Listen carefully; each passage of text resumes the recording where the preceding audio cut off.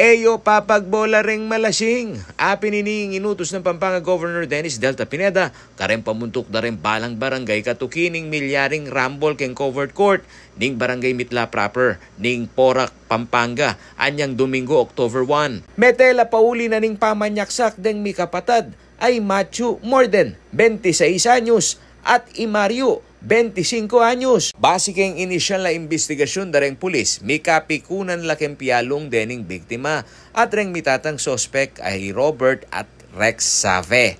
Kay batdang mi pustahan na 250 pesos. Agpang kang Governor Pineda, katungkulan dareng barangay official ang magbante kareng covered court, ape talakad na ning provincial government bahang kanita nga iwasan ing nanumanggulo. Within the province, ang pakiusap ko sa mga barangay official, kahit hindi sila nagpapaliga, kahit sino pang private group yan,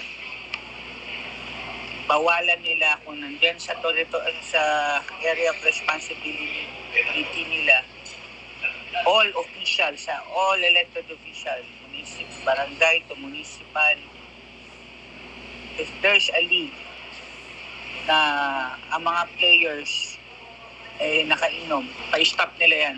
May kisabi yan naman kareng kaya katamong kabalen ing gobernador ametong muring basketball coach na eda sa samutan pustahan ing pamagbola.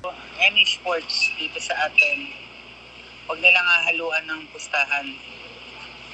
Magkakaroon cause ng gulo talaga dahil magpikunan.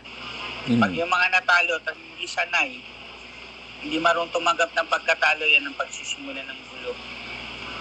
Purpose natin dito sa paglalaro, yung sportsmanship, yung maka-create tayo as a team, teamwork, yung health natin, maayos natin.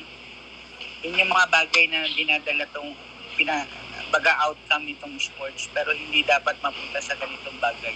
Midwang neman saup ing gobernador kareng likwandang pamilya reng mikakapatad amorden. Medyo problemado ho dun sila sa autopsy Wala na, naayos ko na, ayusin na yung autopsy ko. Pinaayos ko na kay PD. Opo.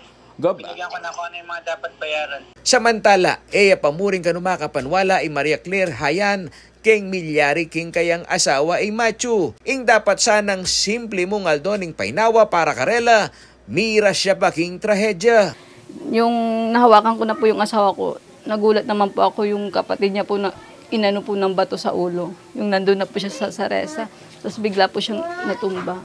As of October 5, panintunando pamurin deng sospek at tubong Katanduanes. Kabang suneking kustodiya ng Department of Social Welfare and Development o DSWD ing metong dangkaan ka menor de edad, uling sangko yan na maniniking gulo. Makisabi na maningin dadari Macho at Mario na sana adakap danala ring mekamate ka ring kayang anak barang akway ngustisya. Para po silang mga baboy na kinatay pong tatlo. Wala pong kaawahon gumawa sa kanila. Aking kaya kayong talasuy ay Paulo G. Santos, ating pusong makabalen.